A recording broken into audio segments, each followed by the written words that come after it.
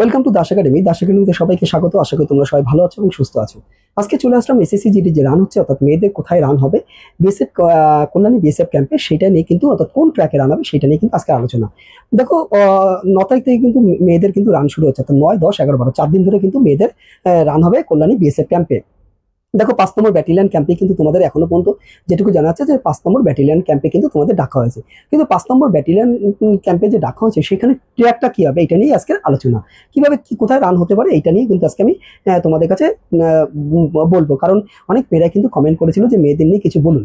প্রথমেই বলি, তার আগে আমরা শুরু করি যে কি কি ডকুমেন্টস লাগবে। দেখো, ছেলেদের যে ডকুমেন্টস লেগেছে তোমাদের হয়তো সেই ডকুমেন্টস লাগবে, তবু বলবো ডোমিসিয়ালটা কিন্তু তোমাদের কাছে রেখো। কি কি লাগবে দেখো, 2 কপি থেকে 3 কপি ফটো তোমাদের কাছে রাখবে। তোমাদের রানের যত ফিজিক্যাল যে এডমিট সেটা রাখবে, এবং আইডেন্টি প্রুফ হিসাবে কিন্তু আধার কার্ড অবশ্যই লাগবে।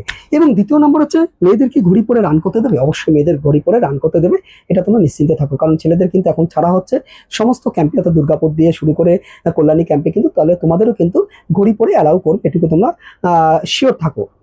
অর্থাৎ এই নিয়ে চিন্তা করার কোনো কারণ নেই। কিন্তু মেন যে কারণটা, দেখো ওখানে কিন্তু তাপমাত্রা যথেষ্ট বেশি, অর্থাৎ যারা কিন্তু রান পাস করে যাবে তাদের কিন্তু ছাড়তে অনেক দেরি হবে। অর্থাৎ কারণ হাইট মাপার পরে আরএফআইডির মাধ্যমে তোমাদের কিন্তু রান মানে হাইটটা মাপা হবে। সেই জায়গায় দাঁড়িয়ে কিন্তু অনেকটা সময় লাগছে, কিন্তু ছেলেদেরও কিন্তু সময় লেগেছে, মেয়েদেরও কিন্তু সময় লাগবে। তাই বলবো, যেহেতু ওখানে অনেক তাপমাত্রা, তোমাদের অবশ্যই পর্যাপ্ত পরিমাণে কিন্তু জল কিন্তু তোমাদের কাছে রেখে, কিছু খাবার দাবারও কিন্তু কাছে রাখবে। কারণ অনেক সকালে তোমাদের ক্যাম্পের মধ্যে ঢুকানো হবে, কিন্তু তারপরে পাস করলে কিন্তু অনেকটা সময় লাগছে। 3000 মতন কিন্তু কল্যাণীতে মেয়েদের ডাকা হয়েছে, এটুকু এখনো পর্যন্ত যেটুকু আমার কাছে আপডেট আছে। এইবার দেখো, কোন ট্র্যাকে রান হবে সেটা নিয়ে সব থেকে বেশি, অর্থাৎ মেয়েদের কোন ট্র্যাকে রান হবে। দেখো, 2023 সাল যদি আমি বলি, তাহলে 2023 হচ্ছে কিন্তু কল্যাণী বিএসএফ ক্যাম্প, অর্থাৎ 112 নম্বর ব্যাটালিয়ন ক্যাম্পে কিন্তু তোমাদের রান হয়েছিল মেয়েদের, কারণ আমার তখন কিন্তু ক্যান্ডিডেট ছিল। তো সেখানে কিন্তু তোমার 800 মিটার ট্র্যাক, অর্থাৎ 800 মিটার তুমি যাওয়ার পর একটা টোকেন নিয়ে আবার 800 মিটার আসবে। এইটা ছিল 2023। কিন্তু 2024-এ কিন্তু 5 নম্বর ব্যাটালিয়ন ক্যাম্পে কিন্তু রাখা হয়েছিল। কিন্তু তারপরে তারা ওখানে ক্যাম্পে যাওয়ার পরে সকালবেলা যখন যে যার সকালবেলা যার রান ছিল যে দিনে, তাদের কিন্তু সকালবেলা যাওয়ার পরে ক্যাম্পের ভিতর থেকে কিন্তু একটা গাড়িতে করে কিন্তু অন্য একটা ট্রাকে কিন্তু তাদের নিয়ে যাওয়া হয়েছিল, এবং সেটা কিন্তু ওখান থেকে প্রায় 30 মিনিট মতন অর্থাৎ গাড়িতে যেতে হয়েছিল।